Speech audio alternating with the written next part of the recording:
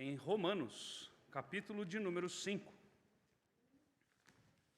A mensagem se encontra em Romanos, capítulo de número 5, versículos de número 1 a 5. Eu irei ler, os irmãos acompanharão em suas Bíblias.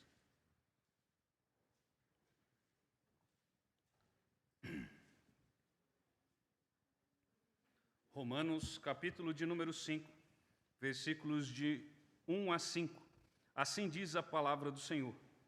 Justificados, pois, mediante a fé, temos paz com Deus, por meio de nosso Senhor Jesus Cristo, por intermédio de quem obtivemos igualmente acesso pela fé a esta graça na qual estamos firmes, e gloriamo-nos na esperança da glória de Deus.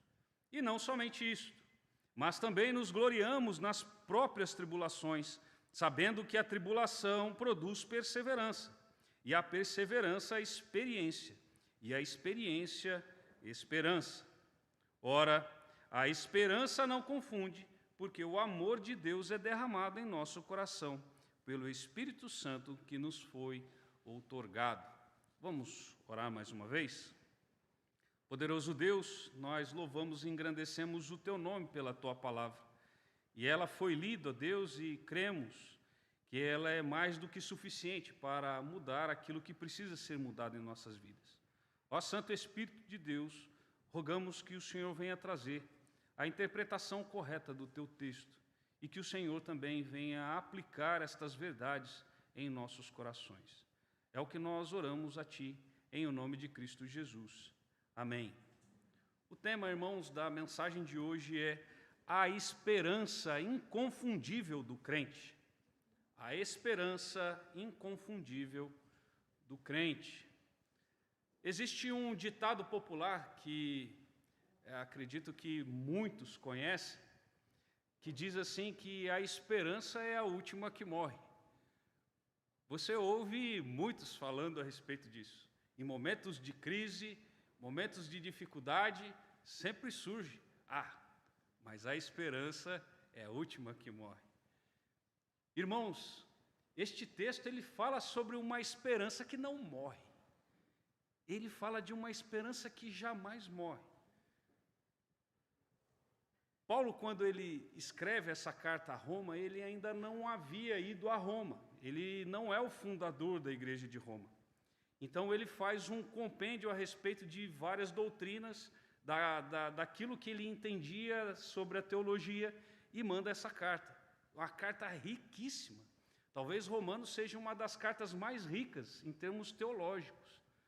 E aqui, então, Paulo ele vai falar a respeito de vários assuntos extremamente importantes. E um dos assuntos muito importantes que ele trata aqui é a respeito dessa questão da esperança e da justificação pela fé. Tanto que ele inicia o texto dizendo, justificado, pois. Se nós formos para o texto grego, ele vai iniciar com uma conjunção, na verdade, que aqui retrata essa palavra pois. Ela faz uma ligação sobre aquilo que foi falado anteriormente, aquilo que Paulo iniciou falando ali a partir de Romanos, capítulo número 3. Ele começa a falar sobre a justificação através da fé. E aí ele vai falar sobre Abraão, que Abraão ele não foi justificado através das obras dele, mas através da fé. A obra era a materialização da sua fé.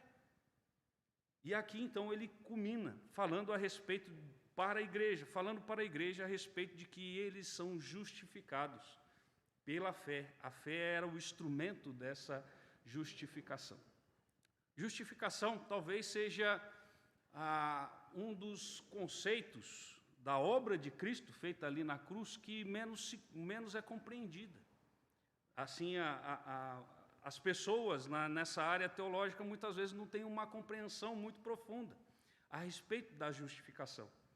Quando ele fala aqui justificados, ele usa aqui, na verdade, um verbo.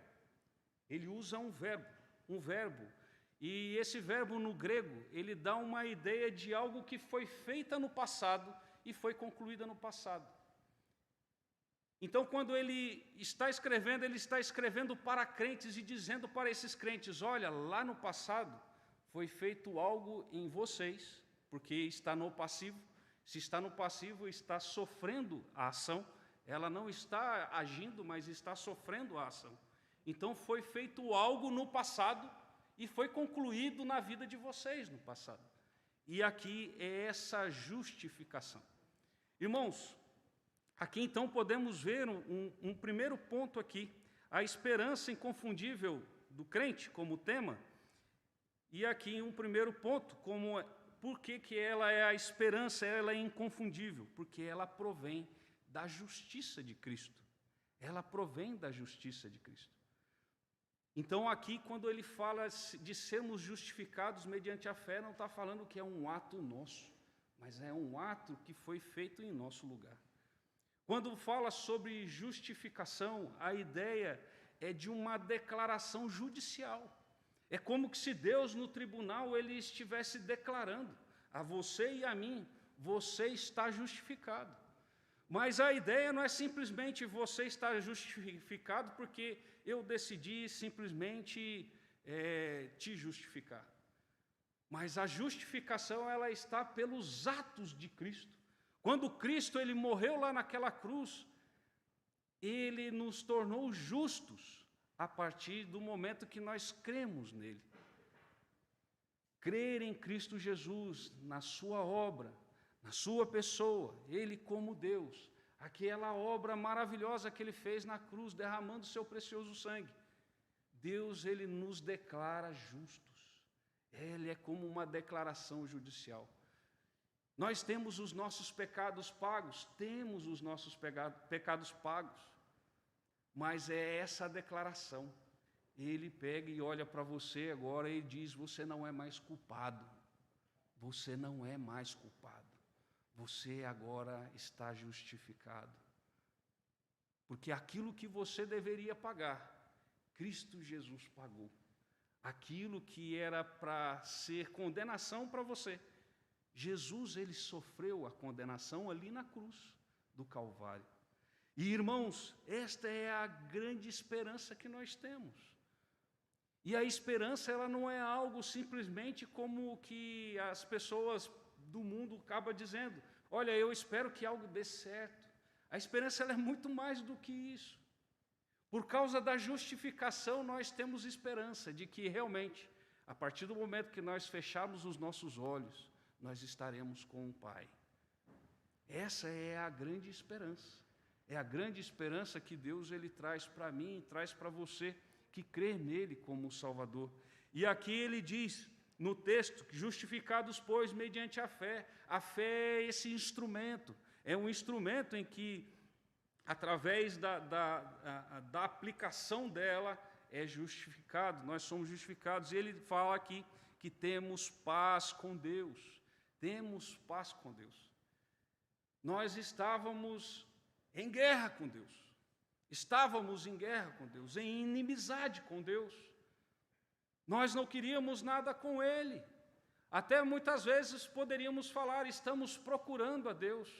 Muitos dizem que, olha, um descrente está procurando Deus. Na verdade, não tem descrente procurando a Deus. Muitas vezes o descrente ele está procurando as benesses que a palavra de Deus ele traz. Mas o único que vai buscar Deus é aquele que é tocado pelo Espírito Santo. É aquele que é tocado pelo Espírito Santo. E a partir do momento, então, em que Cristo, lá naquela cruz, ele derrama o seu precioso sangue, Deus, ele derrama a justiça dele, que era sobre mim e sobre você. Ele nos reconcilia com Deus.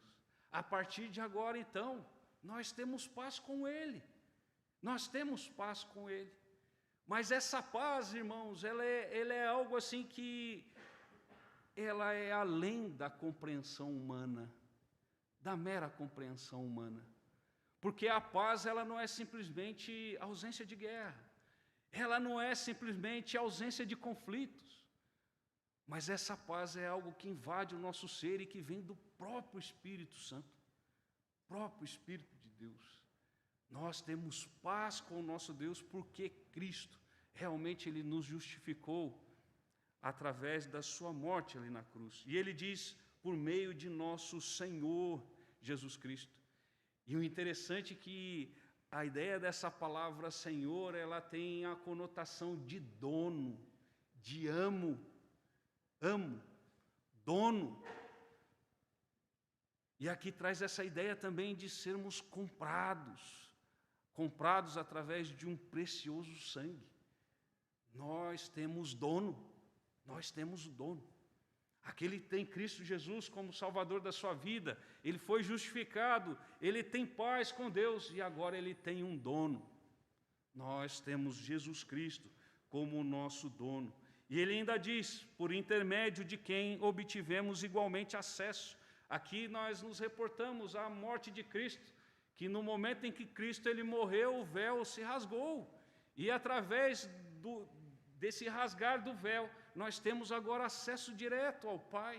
Temos acesso direto ao Pai através dele. Ele é o acesso que nós temos, ele é o caminho até o Pai. Então, irmãos, por exemplo, quando nós oramos ao nosso Deus, quando nós nos colocamos em oração diante dele, nós só temos um mediador. Somente ele pode nos dar acesso, não é nenhum outro. Não é nenhuma pessoa que morreu no passado, nenhuma outra pessoa que morreu no passado. Não é João Calvino que nos dá acesso, não é nenhum outro santo que muitos falam, mas é somente Cristo Jesus. Somente Cristo Jesus é o que nos dá acesso ao Pai. Nenhum outro nos dá acesso. E ele diz, e esta graça, a graça, que é um favor imerecido, porque de modo algum nós merecemos nada de Deus. Continuamos não merecendo nada de Deus, mas Deus, ele nos dá através da sua graça, e ele diz que nos gloriamos na esperança da glória de Deus, nessa bendita esperança da glória de Deus. Irmãos, a ideia da glória, dessa palavra aqui que usa para a glória, ela tem uma ideia assim de... É muito mais do que simplesmente reverência, mas é algo esplendoroso, é como algo esplendoroso, essa glória do nosso Deus. E ela se concretiza através do quê? Através do momento em que nós estivermos diante dele. Então, a esperança é relacionada ao momento em que estivermos com ele. Esta glória.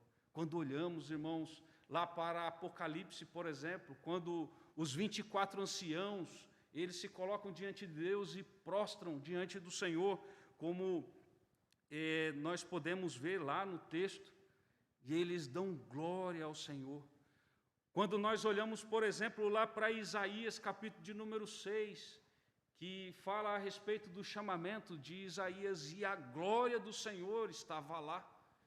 Quando nós olhamos, por exemplo, a respeito da inauguração do Templo de Salomão, eles não conseguiram ficar dentro do Templo de Salomão, porque a glória do Senhor se encheu o templo. Mas essa glória aqui, ela não está relacionada simplesmente a isso, mas ao fato de estarmos com Ele lá no céu. A bendita esperança de estarmos com o nosso Deus. Talvez você pense que esperança é apenas como pensar que algo vai dar certo. Olha, eu tenho um parente que está doente e eu tenho esperança de que ele será curado. A esperança nossa, ela é muito mais do que isso. Porque nós sabemos que se Cristo não vier, uma hora nós iremos fechar os olhos aqui.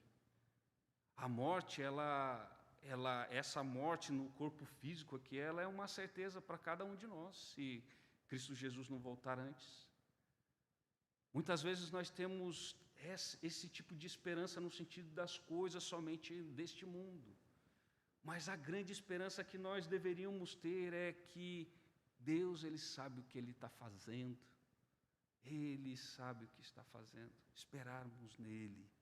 E ainda, irmãos, nós podemos ver lá em Atos dos Apóstolos, capítulo de número 13, Paulo, ele pregando lá em Antioquia, ele acaba falando um pouco Lá em Atos 13, versículo de número 39, ele diz: e por meio dele todo o que crê é justificado de todas as coisas das quais vós não pudestes ser justificados pela lei de Moisés. Paulo estava pregando na sinagoga e ali ele estava explicando. É somente nessa justificação que vem da obra de Cristo. Somente lá na obra de Cristo. A lei, ela não tinha condição de justificar ninguém. A lei não tinha condições de justificar ninguém, porque a lei era santa e o homem não é. O homem não é. O homem não é puro. O homem, ele é purificado, ele é santificado, e isso pelo Espírito Santo. Mas a partir do momento em que houve aquela queda no Éden, o homem não tem condição de cumprir a lei de Deus. Não tem condições. E se não for obra do próprio Espírito Santo, o homem não tem salvação.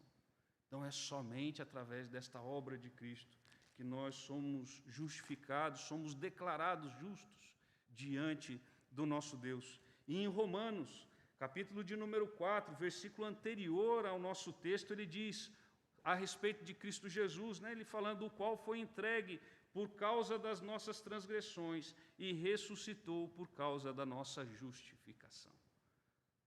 Nós só conseguimos ser justificados através da fé em Cristo Jesus e nenhum outro. Não é pastor que nos justifica, não são homens que nos justificam diante de Deus, não são orações que nos justificam, somente Cristo Jesus. Você tem certeza de que você é justo diante de Deus? Se você crê nele como Salvador, Senhor e Salvador da sua vida, você pode ter certeza que você é justo diante de Deus. Deus olha para você e te vê justo. Ele te declara justo. Ele te declara justo. Vimos então, irmãos, a respeito dessa esperança inconfundível do crente, e em primeiro lugar, que ela provém da justiça de Cristo. Em segundo lugar, é que ela se mantém nos piores momentos, como nós vemos aqui, versículo de número 3 e versículo de número 4. Esta esperança, ela se mantém nos piores momentos. Olha o que diz aqui o versículo de número 3 e versículo de número 4. E não somente isto, mas também nos gloriamos nas próprias tribulações, sabendo que a tribulação produz perseverança, e a perseverança, experiência, e a experiência, esperança. Talvez quando a igreja lá de Roma recebeu essa carta e olhou aqui, talvez eles pudessem ter pensado assim: esse Paulo acho que é meio louco. Como assim? Como assim se gloriar? Se gloriar nas tribulações. E a ideia de tribulação é de aflição intensa. Como assim? Você está se gloriando em tribulações. Irmãos, se existe um homem que sofreu por causa da palavra do Senhor, esse homem foi Paulo.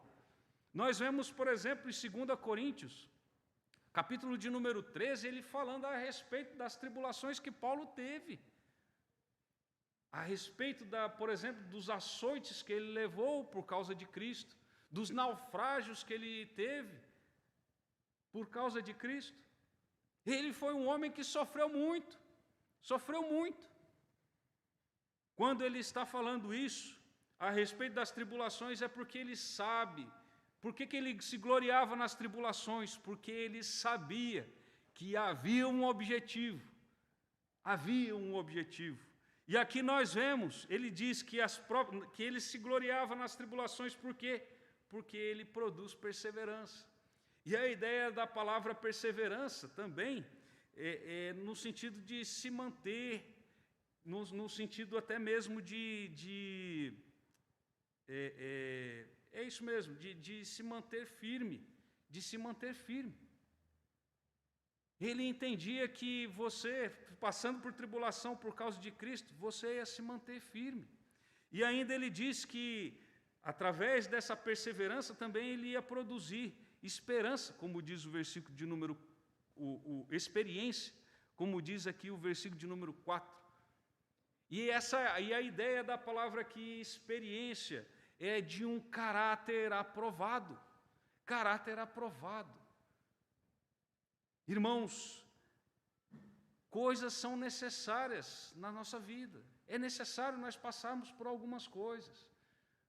Talvez as pessoas digam assim: eu não quero tribulação, tribulação é um negócio ruim, tribulação é uma coisa ruim. Eu já ouvi um pastor que ele fala inclusive que, olha, esse negócio de tribulação parece que é doutrina aí para o pessoal de baixa estima, né? É coisa para o pessoal de baixa estima isso daí. Mas não, irmãos, a palavra de Deus ela é clara a respeito de que se nós formos fiéis ao Senhor, nós teremos tribulação. Por quê? Porque nós estamos em conflito com o mundo. O crente fiel, ele está em conflito com o mundo. Ele não se adapta às coisas do mundo. Ele não conserva as coisas do mundo. Ele está em conflito com o mundo. E pelo fato de estar em conflito com o mundo, há tribulações. Paulo, quando ele escreve, Cláudio tinha, por exemplo, expulsado os judeus já de Roma. Já havia expulsado. E Cláudio, inclusive, é daqueles que começaram a perseguição estatal. O imperador Cláudio. Por quê? Porque os crentes impactavam o mundo. Os crentes mostravam que o mundo está errado. Irmãos, hoje em dia parece que as igrejas que temos visto, principalmente no Brasil, parece que não há conflito algum com o mundo. Parece que o mundo ele está assim inserido dentro da igreja, seja no meio do culto, a forma de cultuar. Estávamos lá tratando até com os jovens hoje sobre a carta à igreja de Sardes.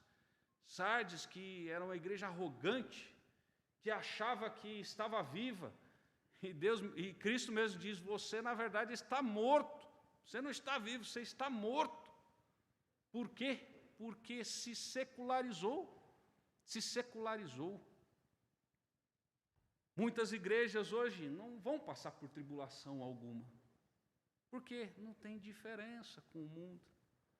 Absorveu de tal forma que não há diferença alguma. Irmãos, então aqui, ter um caráter aprovado. Olha, você, a partir do momento que teve uma tribulação, ela tende a produzir em você perseverança, de não desistir de seguir o caminho do Senhor. Olha o que diz lá, por exemplo, na parábola do semeador, que muitos, na verdade, ali que caiu no espinheiro, as coisas do mundo.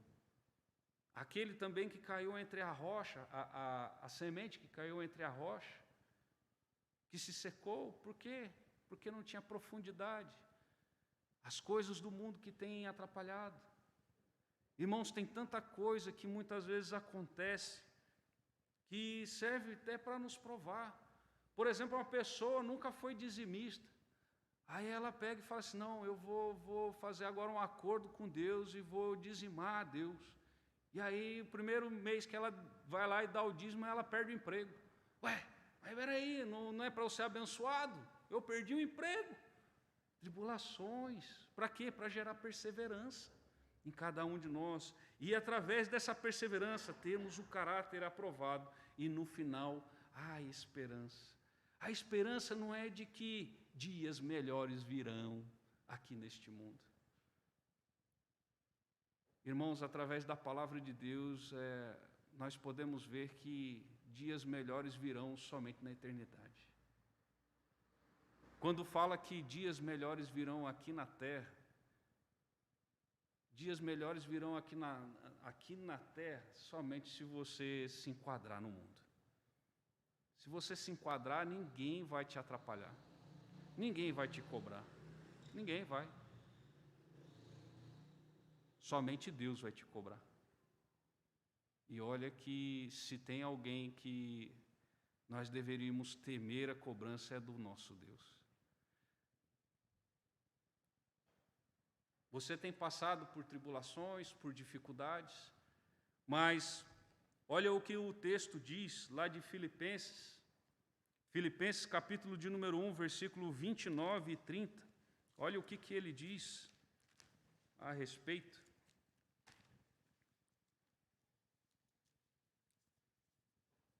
Filipenses capítulo de número 1, versículo 29 e 30, ele diz: porque vos foi concedida a graça de padecerdes por Cristo, e não somente de crerdes nele, pois tendes o mesmo combate que vistes em mim, e ainda agora ouvis, que é o meu.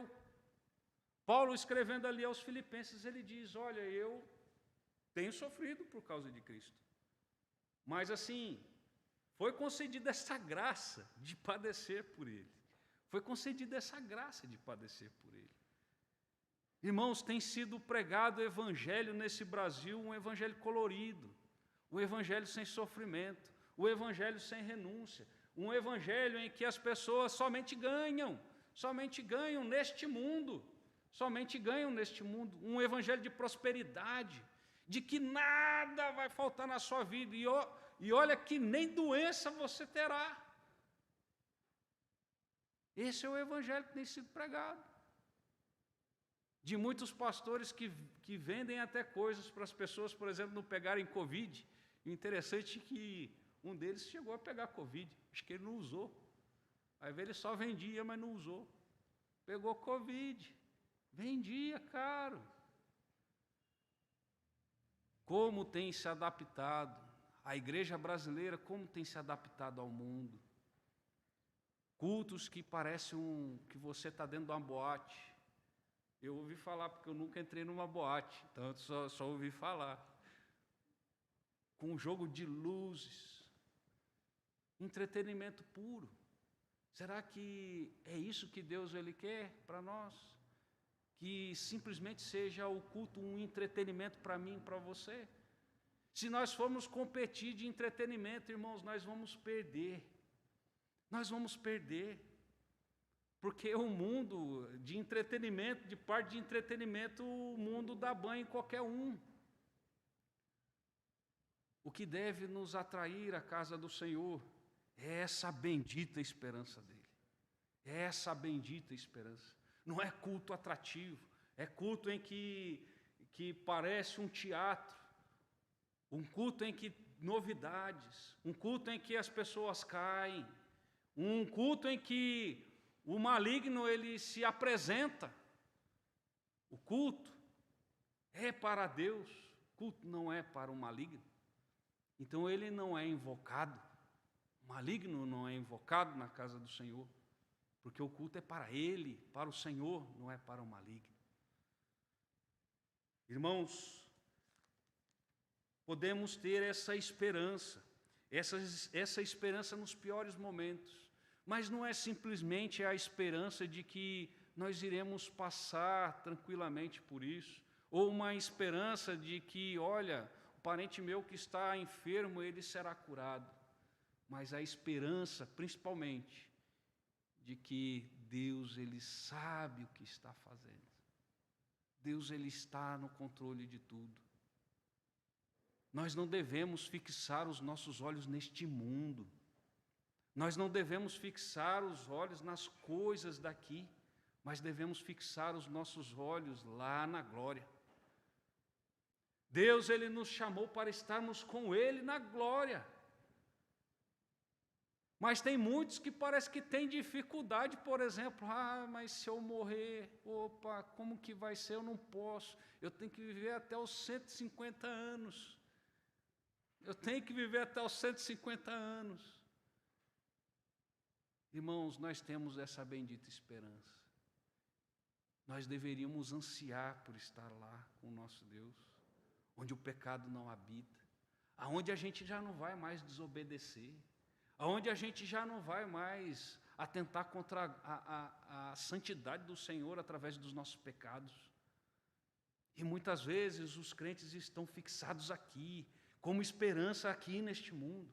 A nossa esperança não é com relação às coisas deste mundo, não é com relação a essas coisas, é com relação a uma eternidade com o nosso Deus, a uma eternidade com o nosso Deus. Lá em 1 Pedro, capítulo de número 4, ele vai falar algo importante a respeito dessa questão da tribulação. 1 Pedro, capítulo de número 4, versículo de número 15 e 16.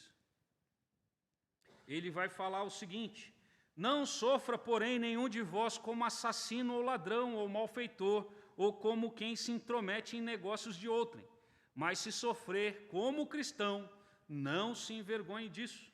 Antes glorifique a Deus com este nome. Irmãos, que nós não venhamos a passar qualquer tribulação por causa de pecado nosso, mas que venhamos a passar até mesmo por tribulações por causa do nome de Cristo. Ele aqui está falando a respeito disso. Olha, que você não venha passar dificuldades por ser malfeitor. Mas se você está passando dificuldades, está sendo atribulado por causa de Cristo, se glorie por isso. Se glorie. Olha a grande honra que Deus está te dando, aperfeiçoando a tua fé, dando experiência com Ele, dando oportunidades para você amadurecer diante dEle. Isso nos gera, amados, esperança. Além de vermos, irmãos, a respeito dessa esperança inconfundível do crente, como vimos que ela se mantém nos piores momentos, nós vemos aqui também porque o amor de Deus é derramado em nossos corações, versículos de número 5. O versículo de número 5 diz: ora, a esperança não confunde, porque o amor de Deus é derramado em nosso coração pelo Espírito Santo que nos foi outorgado. Não há qualquer confusão, ela não tem como confundir, ela é inconfundível, Irmãos, nós podemos ter essa esperança em nossos corações. A palavra de Deus, ela nos dá esta garantia de que nós não seremos confundidos em relação a essa questão da esperança. Como que se ela fosse falhar, aqui ela não vai falhar. A esperança, ela não vai falhar. Ela não é aquela última que morre, não. Ela não vai morrer, ela se manterá. Por quê? Porque o amor de Deus, ele é derramado, amados, em nossos corações. Irmãos, quando nós paramos para pensar, eu gosto muito de refletir sobre algumas coisas. A vira e mexe eu passo para os jovens até, talvez eles ficam meio entediados com algumas reflexões. A Ju ali até desliga o monitor, né? Mas assim, irmãos, se nós pararmos para pensar que o nosso Deus, Ele não precisa de nenhum de nós. Ele não precisa de nenhum de nós. Deus, Ele não precisa de nenhum trabalho meu. Se eu não existisse, Deus continuaria o mesmo. Glorificar ao nosso Deus e prestar culto a Ele não aumenta a santidade dEle, não aumenta a sua glória. Ele tem legiões de anjos a todo momento glorificando Ele. Deus, Ele não precisa do meu culto, porque Ele é cultuado a todo instante. Irmãos, olha o grande privilégio, olha o tamanho do amor de Deus por nós. Olha o tamanho do amor de Deus. Um ser tão insignificante como nós, Ele estender um relacionamento, Ele que é totalmente santo. Nós ainda, apesar de sermos justificados, ainda nós fazemos coisas que desagradam ao nosso Deus. E ainda assim Ele se mantém, querendo se relacionar comigo. Tem hora que eu olho para mim e falo assim, nossa, se eu fosse Deus, eu acho que eu teria desistido. Louvado seja o nome do Senhor, porque Ele é fiel. E a esperança, ela não vai falhar. Porque tem hora que eu penso assim, será que vale a pena? Será que vale a pena? Morrer lá naquela cruz e esse pecador aí, que continua fazendo coisas que desagradam. Oh, irmãos, o amor de Deus, ele é imenso. Ele é imenso. Olha o que diz o texto aqui em Romanos 5, o mesmo texto, versículo de número 8. Ele diz assim: mas Deus prova o seu próprio amor para conosco, pelo fato de ter Cristo morrido por nós, sendo nós ainda pecadores. Jesus, quando morreu na cruz, nós não éramos amiguinhos de Deus. Nós não éramos ali próximos de Deus. Nós éramos, na verdade, inimigos dele. Olha o tamanho do amor dele, irmãos. Olha o tamanho do amor dele. É imensurável esse amor. Por isso, irmãos, nós podemos ter total convicção. Podemos ter essa esperança. Uma esperança que não vai morrer. Porque se Deus ele resolveu amar a mim e amar você, Ele não vai desistir de nós. Se eu estivesse lá no lugar dele, talvez eu desistiria de mim. Talvez eu desistiria de mim se eu estivesse lá no lugar dele. Por mais que a gente lute contra o pecado, por mais que a gente tente fazer a coisa certa, a gente tropeça, a gente desagrada, a gente muitas vezes omite em fazer o que deveria fazer. A gente muitas vezes está pensando toda hora coisas que Deus ele não quer que pensamos. Os nossos olhos têm hora que querem olhar coisas que não deveriam. As nossas mãos apalpar aquilo que não deveria. Os nossos pés trilhar caminhos que não deveriam. E ainda assim Ele mantém fiel. Diante dessa fidelidade do nosso Deus, nós podemos ter essa bendita esperança. A esperança que jamais vai morrer. Jamais vai morrer. Irmãos, nós vimos hoje a respeito da esperança inconfundível do crente, que somente o crente pode ter. Não é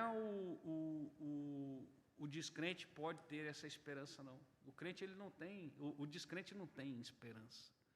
Ele pode ter as esperanças de que algo possa ser melhor para ele.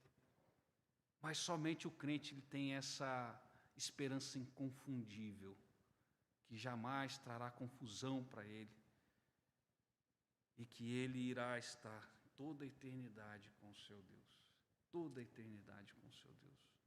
Louvado seja o nome do Senhor, irmãos, porque não houve obra nenhuma nossa em todo esse plano de salvação dele. Nós não colaboramos em nada com ele, mas ele resolveu fazer por mim, resolveu fazer por você que crê nele como Salvador, porque ele nos amou antes mesmo da fundação do mundo. Nós éramos inimigos dele. Louvado seja o nome do Senhor. Que essas verdades da palavra do Senhor sejam aplicadas nos nossos corações, que nós possamos, amados, viver com esperança, vivemos com esperança, não de que as coisas neste mundo melhorarão, mas de que aquilo que iremos passar toda a eternidade já está preparado. Ele diz que Ele iria preparar lugar para nós. Ele iria para o Pai para preparar morada para cada um de nós. Podemos ter esta bendita esperança em nossos corações. Que Deus derrame graça sem medida sobre a vida de cada um dos irmãos. Vamos orar mais uma vez? Maravilhoso Deus, nós louvamos e engrandecemos o Teu nome, porque o Senhor fez grande obra em nossas vidas, ó Pai. Tu derramaste o Teu precioso sangue ali naquela cruz para que tivéssemos vida e vida abundante e tivéssemos a bendita esperança. Nós louvamos e engrandecemos o Senhor, ó Pai, porque ela é inconfundível. Porque, ó Pai, a nossa esperança ela não deve ser, ó Deus, com relação às coisas deste mundo, mas sempre olhando para o Senhor. Ó Deus, sabemos que a nossa vida, ó Pai, ela é rápida. A nossa vida aqui, ó Deus, é como um piscar de olhos. Que venhamos, ó Deus, a investir na eternidade, ó Pai. Seja o grande investimento da nossa vida, um investimento na eternidade. Principalmente porque o Senhor nos amou com um amor imensurável. Um amor, ó Deus, que foi mesmo antes da fundação do mundo. E louvamos o Teu nome, porque o Senhor não desiste de nós, ó Pai, em nenhum momento. Glórias sejam dadas ao Teu nome por isso, Pai. É o que nós oramos a Ti, em o nome de Cristo Jesus. Amém.